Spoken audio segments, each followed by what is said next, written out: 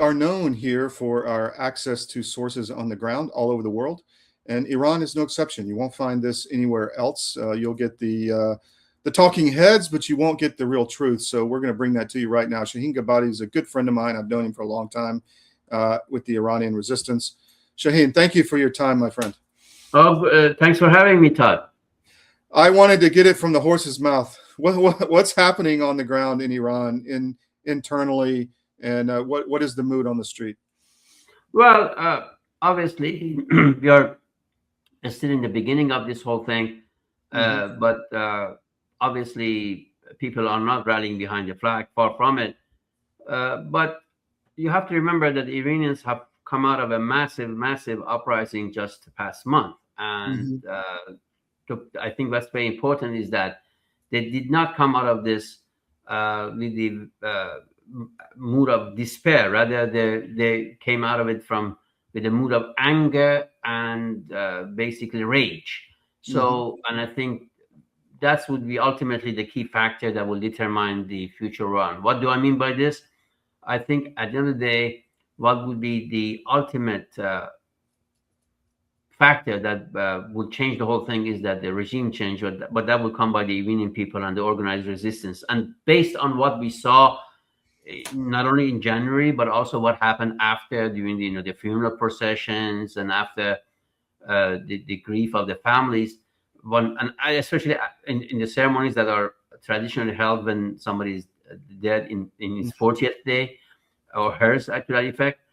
The mood was totally mood of rage and people basically trying to take revenge, and I think that's the key element from inside Iran that one has to bear in mind, that and we saw this. And in the meantime, the activists of the Iranian resistance have taken major undertakings. For instance, just 8 days ago, Monday, February 23. 250 freedom fighters of the Iran's Liberation Army attacked the compound of Ali Khamenei, who was still alive at the time, in the heart of Tehran.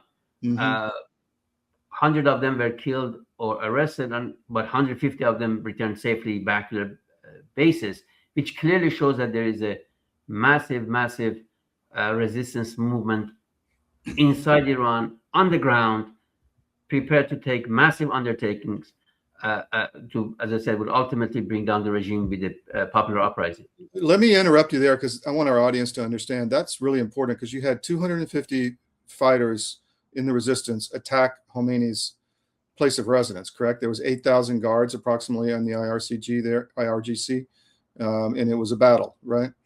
Yes, there was a battle. Actually, 250 of them, and you have to remember this was the most protected place in whole Iran. But these brave fighters charged at that place, and there was battles as a result of which 100 of them either lost their lives or they were taken as captives, but 150 others basically were able to return back safely.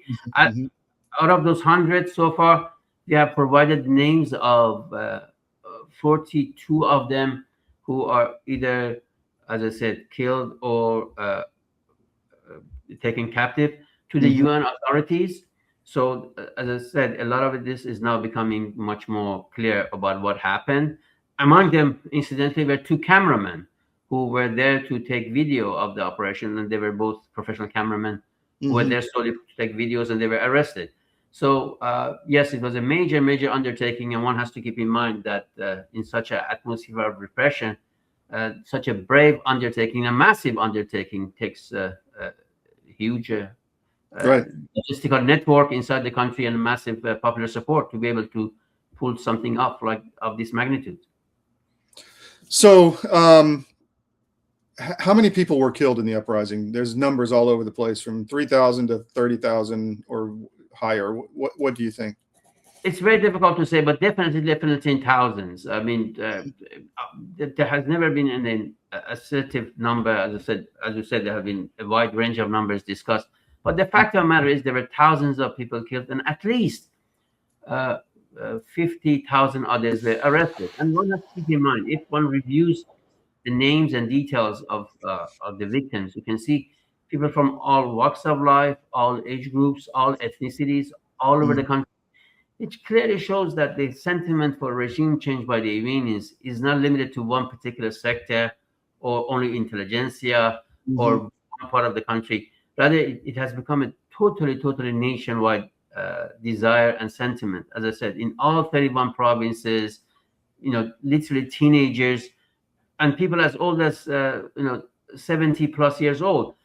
In some cases, grandfathers and their children and their grandchildren went out together, knowing that their life is on the line.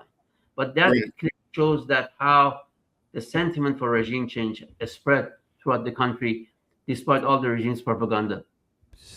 Your government doesn't care about you. That's why you need a medical emergency kit. It contains life-saving medications like ivermectin, Z-Pak, and antibiotics. Stock them before they block them. A warm welcome here at the National Press Club. Welcome to the journalists, welcome to the Embraer team, and welcome to the other guests that we have here. I'm going to announce, and as some of you guessed it right when they came in, the first E2 order by an American operator. And that operator is Avello. We believe this is really a strategic shift to unlock profitability for the customer. I'm very pleased that we have Andrew Levy here as the CEO of Avello, and I'm very pleased to give the stage to share a little bit more about what Avello is going to do with the E2 195. Thank you very much. Couldn't be more excited to be here as part of this historic announcement. We have such a great cultural fit as companies, so we're very excited to be Embraer's newest customer. We launched our airline in April of 21, and our target is focusing on small secondary airports of large metro areas. We've carried over 8 million customers since we started on 63,000 flights. And we've done all these things with 1,200 of the greatest crew members I could ever imagine having, and many of them are here with me today. This is the right airplane for us. It's going to open up opportunities for us that no other aircraft can serve. The best thing about the airplane, of course, is you will not find a middle seat on this airplane. It doesn't exist. We won't have any to offer. It's going to be the best cabin in the United States, and we're so excited about that. This is going to elevate our experience to the highest level, and we think our customers are absolutely going to love the airplane.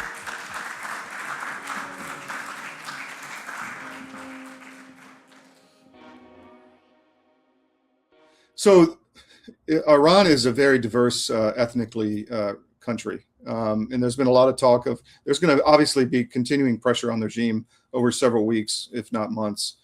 And there's been suggestions that the country could break apart in different areas. What do you think of that theory? This simply is not going to happen. Basically because, first of all, Iranian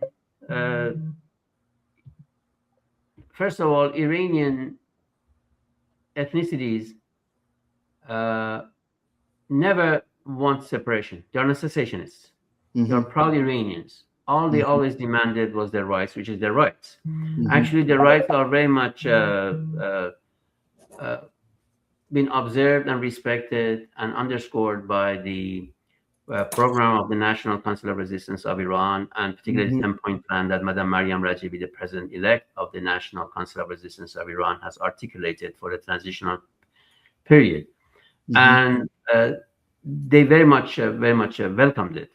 And also, one has to keep in mind that they are very much against going back to monarchy because they were repressed under monarchy the same way that they repressed under theocracy. So basically, what the Iranian ethnicities, which by the way comprise like 35 to 40% of the Iranian population, demand is just their rights. And as I said, this is very much recognized in the 10-point plan of the presented by Madam Mariam Rajavi, the president-elect of the National Council of Resistance of Iran. The party that has been propagating this concept that if the regime goes, there will be some calls for secession, or Iran would be chaos, or Iran would be divided in several countries, have been the mullahs and their proponents and their advocates and their lobbyists. This has been one of the main, I would say, talking points, trying to justify the policy of appeasement and placating, pretending as though the mullahs are the saviors of Iran. which is totally false and quite diametrically opposed to reality. And again, as one could see during the recent uprising, ethnicity is very much in it, like other parts of Iranians. I mean, and as you said, Iran is a very diversified country in terms of ethnicities. You have Kurds, you have Baluchis, you have Azeris, you have Arabs, but they're all united in one thing: they both reject monarchy and theocracy. And regarding what the future will hold, Todd, I can tell you, as Madame Rajavi said the other day, that the death of Khamenei means the end of tyrannical regime. It will means the end of this religious theocracy, and it clearly is a sign that Iran is ushering in the era of freedom and popular sovereignty. So I think we are after 120 years of battling for freedom against the Shah, his father, Khomeini, who established this regime, and Khamenei, who was, who just died a few days ago. We are on the doorstep of a very different Iran, an Iran which will be democratic, will be free, will be a republic, a very different Iran that people have seen for generations. So you mentioned Khamenei. The theocracy is a Shia theocracy. Is the killing of him? How is that impacting the population and the diaspora, like in Bahrain and elsewhere? The Shia. But I think a lot of people realize that this is a clear sign that the end of the regime is very much in sight. You know, this whole regime is built around the concept of one supreme leader who quote unquote gets his credence of being purportedly the representative of God on earth. And the way this regime's constitution is written, that basically he's the ultimate power broker, and every major decision regarding a state will be made by him. And it has created such a huge vacuum that no one can fill these shoes. I can tell you, no matter how the regime tries to depict it, everybody realizes that this mantle would not be filled. And as I said, the end of the regime is very much in sight. This is the end of this religious theocracy. It's quite discernible, quite visible, and I think the question is not if this regime will be overthrown. Now the question is one thing and one thing only: when it will be overthrown, and how it will be overthrown, and then what comes next after it's overthrown. I think these are the three major questions facing the international community so far as it pertains to Iran. The question is no longer that whether this regime has durability, does it have much life ahead of itself. These are not the issues anymore. Last question. We have been active across the Middle East, trying to support the Christian community. Just from my heritage, there's a huge Christian community in Iran, correct? How are they dealing with all this, and will they be protected in the future, do you think? Absolutely, they will be protected in the future. I think, first of all, you see, the religious minorities in Iran have been doubly suppressed. They have been deprived of some of their most basic rights to practice their religion. I think a lot of your viewers might be surprised, maybe not, that a lot of pastors and bishops in Iran have been killed over the years by this regime, simply for insisting that they have the rights to practice and advocate their views. So this regime have been a very much enemy of not only Muslims, not only Shiites, not only Sunnis, but also Christians and Jews and all peoples of belief. And in the future, I think you might know that in the 10-point plan of Madame Mariam Rajavi, who is the president-elect of the National Council of Resistance of Iran for a transitional period, to return the power to Iranian people, it's been stipulated that there would not be any, religion would not be an issue for discrimination or privilege.